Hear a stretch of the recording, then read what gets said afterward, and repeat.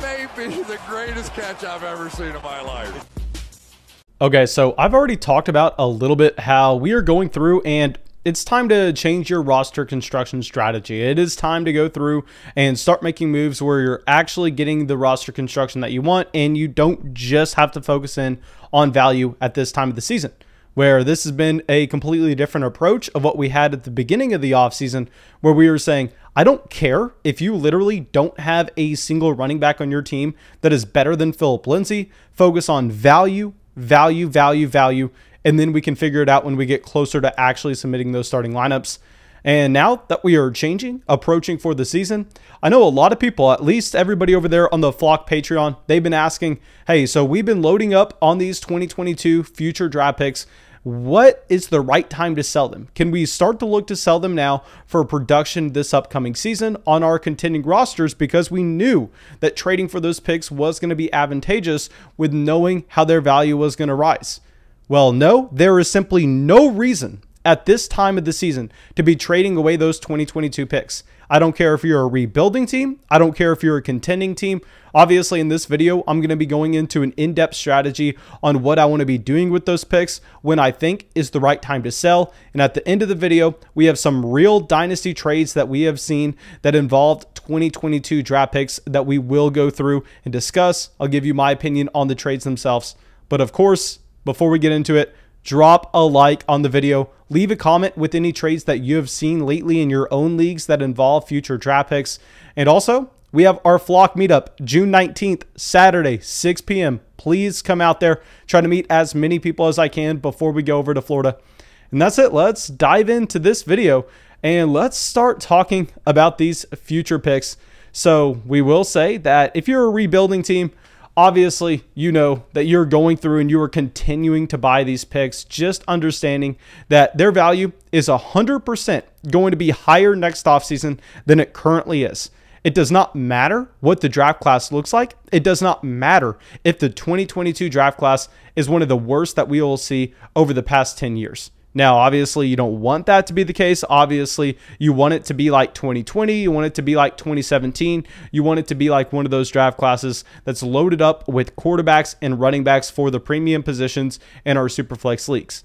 Now, later on in the video, we'll talk about some of those exact prospects that will be coming into 2022, but it doesn't matter. If you're a rebuilding team, we know everything you're focusing in on is value next offseason, so you can go through and you can make trades where you're maximizing the amount of potential points that you're getting in that lineup next year, not this year, so you can use those as pretty much just trade assets only if you don't like the draft class, but their value will be higher, and nobody's going to debate that.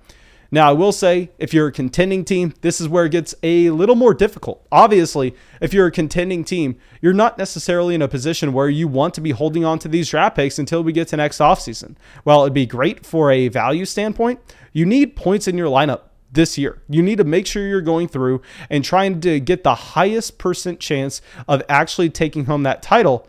But I will say, this is not the time to be making those trades. This is not the time to be trading away the 3 future first-round picks that you've accumulated getting ready for this season.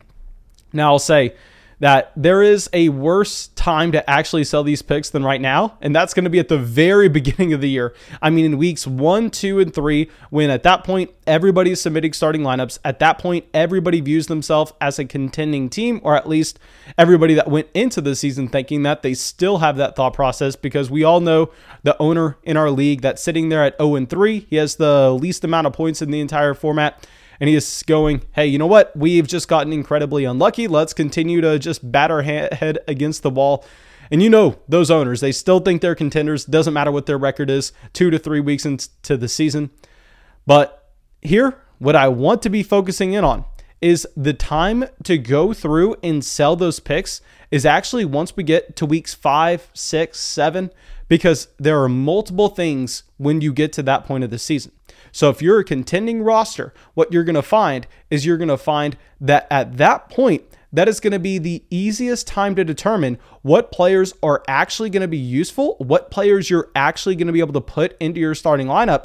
Because I can sit here right now and I can tell you, hey, if you're a contending team Robert Woods is a fantastic piece. But can I say with 100% certainty that Robert Woods is going to be a much better fit with Matthew Stafford compared to Cooper Kupp? And while I think that's going to be the case, while I would project and I would bet money on that, you're going to have a much better understanding of the actual case once we get to week 5 and week 6. And I know a lot of people are going to be saying, but Mason, won't those players be more expensive when you know that? And not at all. This is the beauty of Dynasty Fantasy Football. And if you've been playing in enough leagues for long enough, you know this happens in almost every single league, every single year. So there will be about 2 to 3 teams in every league you're playing in that once we get to week 5, once we get to week 6, and they're sitting there and their record is 1-5, and they're going, okay, we thought we were a contending team. So we went through and we loaded up on a Kenny Golladay. We got a Robert Woods, and we have a few veteran producers. But we definitely need to start planning for 2022. We are not in a position where we can go through and continue to try to be competitive. And this is what you find. You find that those owners go to the league chat. They go, hey, veterans X, Y, and Z, Joe Mixon, Derrick Henry, Robert Woods, my 3 productive veterans, they're on the block, send me offers. And they are going to be doing a fire sale on those players. So when you're a contending team, not only are you getting the luxury of actually being able to go through and identify the players that are producing, not just the guys that are projected to produce, but you actually get to see them in action this upcoming season. And you also get them at a discount because that's when you're going to find those teams going through and having the fire sale. I promise you, this happens every single year. I know a lot of people in their mind, when we sit here right now, they're going to be going, well, if there are a bunch of other contenders, aren't they going to be offering their picks as well?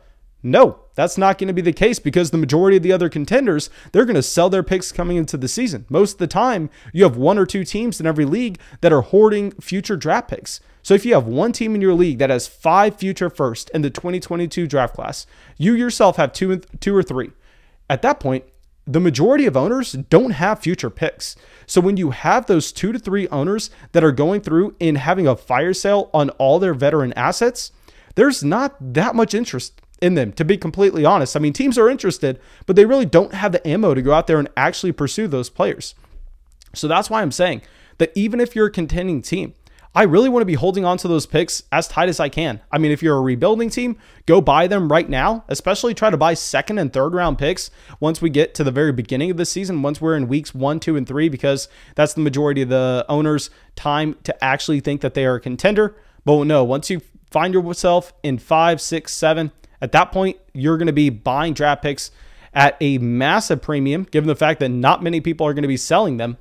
Now, if we are actually looking at that 2022 future draft class, I don't want to dive too in depth on it right now, but I want to give a massive warning out there because I know that a lot of people are finally getting into Devy. Devy Fantasy Football is one of the best formats that you can actually play in, but a lot of people producing Devy content have not necessarily been playing fantasy that long, and it sucks to say that out loud. I'll say that you can find some very good people producing content. I will say, though, if you're going through, you need to understand that when you are looking at a player in college, when you are trying to evaluate an overall draft class, while yes, it is useful, while yes, you are 100% going to find yourself coming away with an evaluation process that is at least better than nothing, you cannot get overconfident in your rookie draft class evaluation multiple years out. I mean, yes, it actually worked out extremely well for all those people that back in 2018, if y'all weren't playing Dynasty then, I mean, back in 2018, 3 years out pretty much, people were just nonstop drooling at the 2020 draft class. They were drooling at a class that was only freshmen in college. And I was sitting there going, hey, can we be a little bit hesitant on this? And they were aggressively pursuing those 2020 draft picks.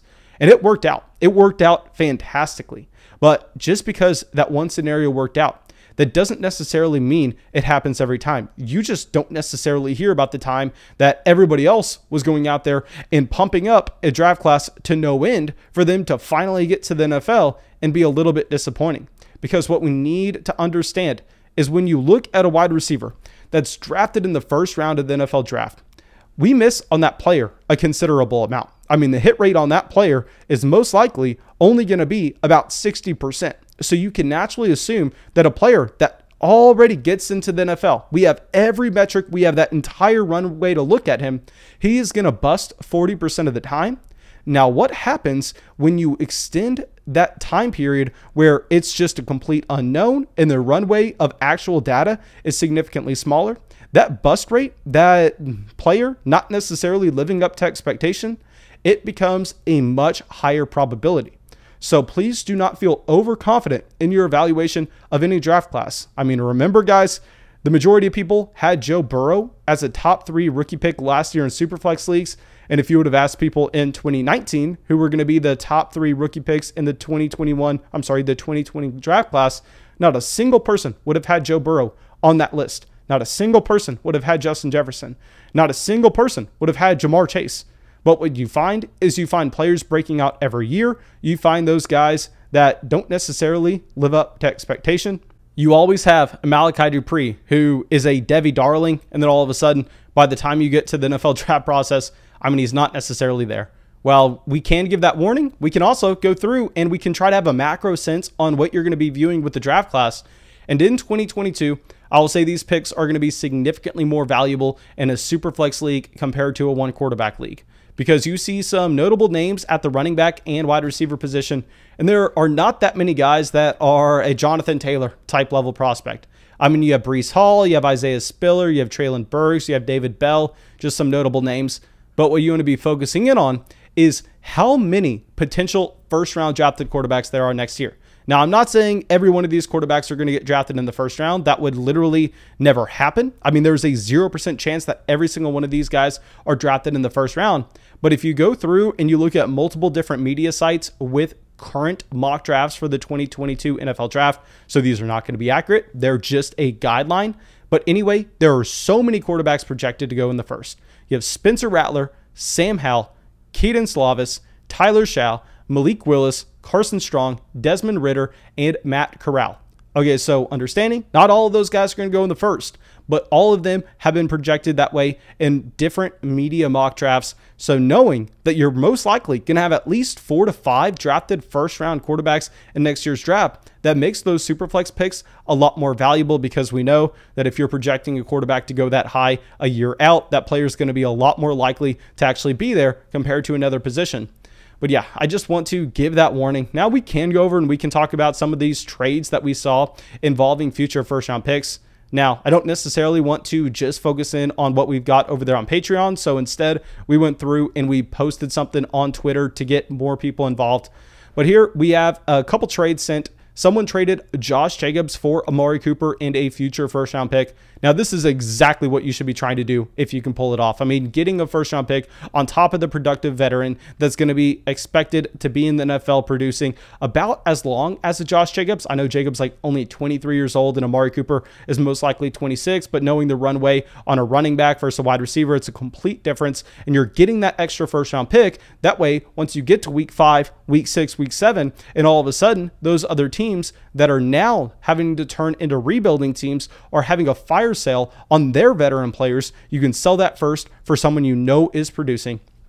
Now, let's go back to what we were talking about earlier with the warning of the Malachi Dupre of the draft class that doesn't necessarily live up to its expectation multiple years out. Now, let's talk about this trade that I'm pulling up. Someone swapped their entire 2022 draft class for 2023 picks. And I understand 2023 is supposed to be the year of the running back. I know that draft class right now is projected to be better than 2022. This is not a secret. This is common knowledge at this point. But what you need to understand is you need to know that when you are on the clock in that 2022 draft class, you are going to be finding those picks so much more valuable next offseason. It doesn't matter what the quality of the class is right now. I mean, think about this year. Even when you have that fall off after the 109, say after that 109, Javonte Williams goes, and you're looking at wide receivers that all have their own question marks. I mean, you're looking at a Devonta Smith, a Jalen Waddle, you're looking at an Elijah Moore, Terrace Marshall, Rashad Bateman. It doesn't matter. You all know that entire wide receiver 2 tier. Try trading your future first to get the 110. It's simply not happening. It doesn't matter who is on the board at that point. I bet you if you have that 110 and you go, you know what? I really don't like this pick right here. I don't like the prospect we're looking at. Let's go trade that 110 for a future first and possibly a future second at the same time. That is something you can get done more times than not. So even if right now you are looking at this draft class going, you know what? I don't really like 2022. Let's try to get some more of those 2023 draft picks. I bet you if you were on the clock next offseason and you were actually sitting there with the 106 and the 2022 draft class, you could have turned that into significantly more capital than what you're doing just punting a year down the line. So I hate that trade. I understand the thought process behind it, but I don't think you necessarily are forecasting how the value is going to be changing with those respective draft classes with the picks that you're actually facing when they get on the clock. Now, another trade that I really don't like, someone trades Kendrick Bourne in a future second for Darnell Mooney. Now, I'll say if this is a one quarterback league, sure, go get Darnell Mooney. That future second is going to be that valuable. But if it's a super flex league, I think this is a scenario where I definitely would rather keep that extra pick until we get to week 5, week 6, week 7. Maybe at that point you're buying Darnell Mooney. Maybe at that point you can't buy Darnell Mooney and he's actually producing a lot better than most people would project. But what I would rather have is I would rather have the flexibility to be able to go through and once we hit those bye weeks, to be able to identify the player that is giving you low-end wide receiver 2 production from the team that's struggling. And at that point, that's when you can buy them for the future second round pick. I mean, that's when you can go through and you can get a player, possibly a Julio Jones type level for that future second. So there's no reason to make that trade right now. I understand Darnell Mooney is an exciting name, but if you really understand how dynasty leagues have their value changes and how you're going to most likely be able to actually identify someone producing when you need that production during the bye weeks, I would rather just held on to the flexibility for the second round. Now, our last trade, someone traded Justin Herbert and Mike Gesicki for Joe Burrow and a future first round pick. Now, y'all know I am a massive fan of Justin Herbert. I have Justin Herbert in way more dynasty leagues than I had Joe Burrow simply because we were drafting Justin Herbert at the beginning of the second round in way too many rookie drafts last year.